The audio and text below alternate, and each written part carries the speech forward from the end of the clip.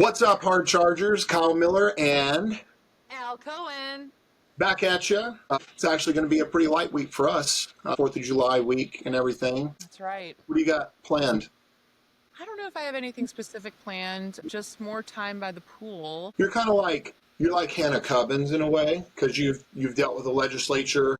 I said in a way. I was going to call you a mini Hannah Cubbins, but I didn't know. You guys are equal.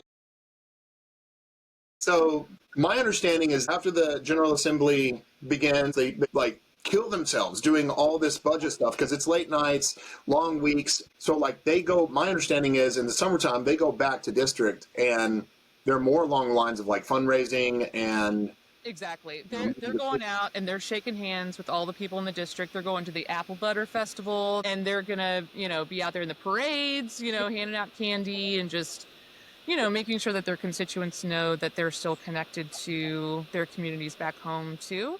well, this is going to be a good time for us to be able to kind of team up with them in their districts, those that did the hard work, that got a lot of our stuff passed. What do you think about our tactics that we use to influence policy? You think they're effective? And I do think they're effective. So one thing that was always impressed upon me is that the vast majority of people are not contacting their legislators. And so anytime that an organization like AFP is asking you to reach out to contact your legislator, that's a pretty unique thing to be connected to them. We do that in a variety of ways, right? We can email them. That's a pretty low lift. We make it super easy. It's literally just filling out a form and pressing a button. You can call them. And once again, we're making that pretty easy for you, providing a script, providing the actual phone, providing the time and space to do it. And the most effective tactic that I've found is actually a handwritten letter. That can be a postcard, just on regular stationery or whatever. But those handwritten notes from constituents really get a lot of attention. That to me is like the gold standard. And even just a handful of those handwritten notes and phone calls really do make a difference. And we heard about that difference from legislators during this cycle. can I tell you why? Yeah. The reason it's so effective, our organization has a philosophy or a saying. It's called 1 versus 50,000. And it was saying, hey, what means more? A petition, and the petition all says the same thing, signed by 50,000 people, or one testimony or personal story from a business owner who was shut down or negatively impacted by government regulation, or whose business cannot be handed down because of licensing issues, or a parent who is trying to get a better education for their child who's getting bullied in school, but they don't have the means to take them somewhere else. So that single story makes a bigger impact than like a big old pile of letters that all say the same thing. When you hear legislators testify about an issue, they're not referencing petitions. They're retelling the stories that they've heard from their constituents on the issue. That's right. If you're listening out there in TV land, remember TV land, Nick at Night? So Al, we worked our strings. We got with the managers, the handlers, and we're able to get the state director of Americans for Prosperity Ohio on here, Donovan O'Neill. Donovan, you're on with Al and Kyle. Good to be with you. It's not a podcast. Glad. Right. I didn't know this isn't actually a podcast because podcasts are forbidden. Right. Exactly. It's barely anything at all. So, I've seen the first episode. I would concur. We're going to call it It's in the Works. Hey, Donovan, we know you're busy. I just got 2 quick questions for you because on this episode, what we basically have been covering is that America's Prosperity has tactics that people can get involved with that are not crazy or illegal or anything like that. And these tactics actually do make an outsized effort, we believe. So 2 questions for you. 1, did Americans for Prosperity get what they wanted in the state budget? And then 2, do you think that our actions had an impact on that? Beginning of the year, we laid out our Buckeye Blueprint policy agenda. It's our vision for a bolder, better Buckeye state. We know we're not going to get there all in one year. There's not one legislative package or bill that gets it all done. But this session's Buckeye Blueprint represented a meaningful step forward. And we're proud to report that the version of this budget accomplishes getting Ohio to a flat income tax.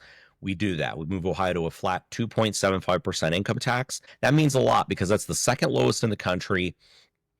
Compared to Arizona. It's the lowest in the region, just a few ticks below Indiana, where I think they're at 2.9% income tax. And what it really does is it puts all Ohioans in one big boat together. Now, all 11 some million Ohioans are rowing together. Rather than being divided based on their income, they're together at a flat income tax, and together we're going to get to a 0% income tax over the next decade, if not sooner.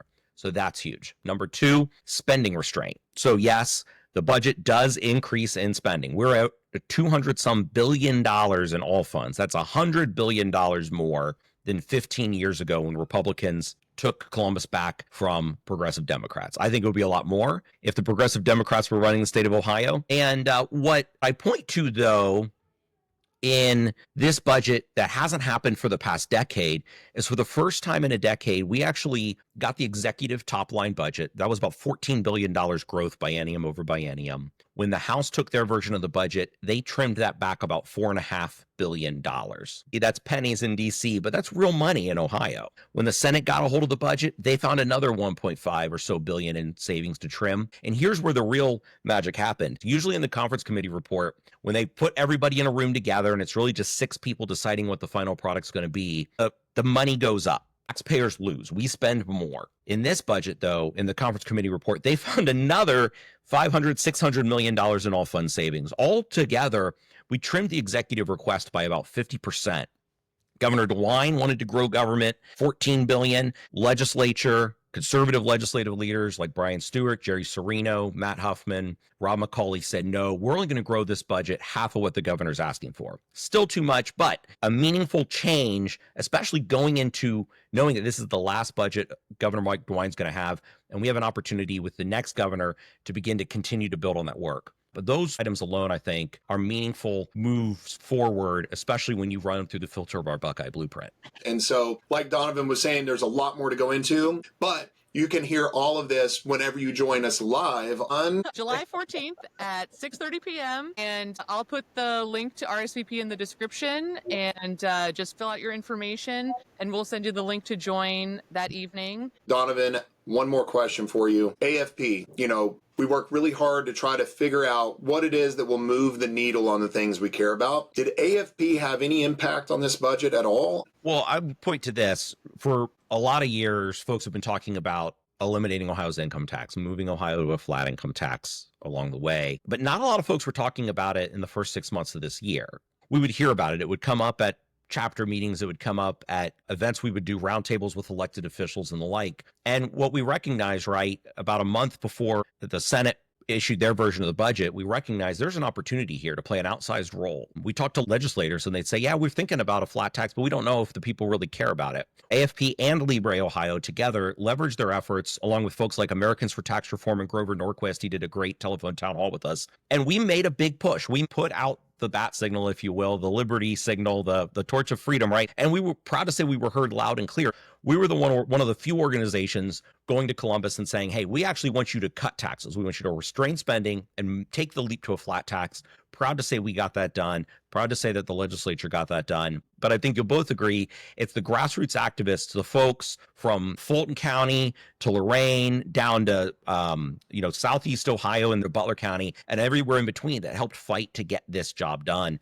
And we're together successful on making Ohio for the first time in 50 years a flat tax state. Did you hear anything from the elected officials when we would do the things?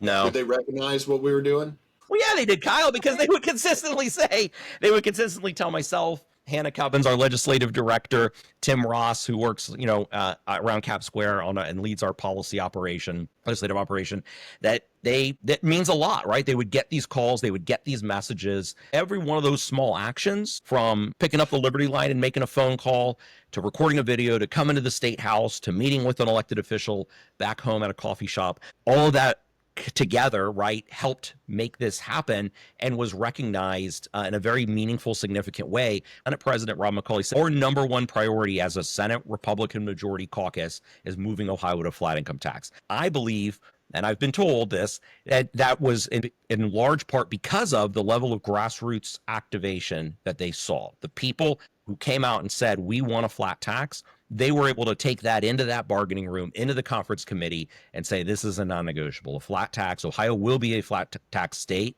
after June 30th. And lo and behold, we got it done. Grassroots makes the difference. Nice.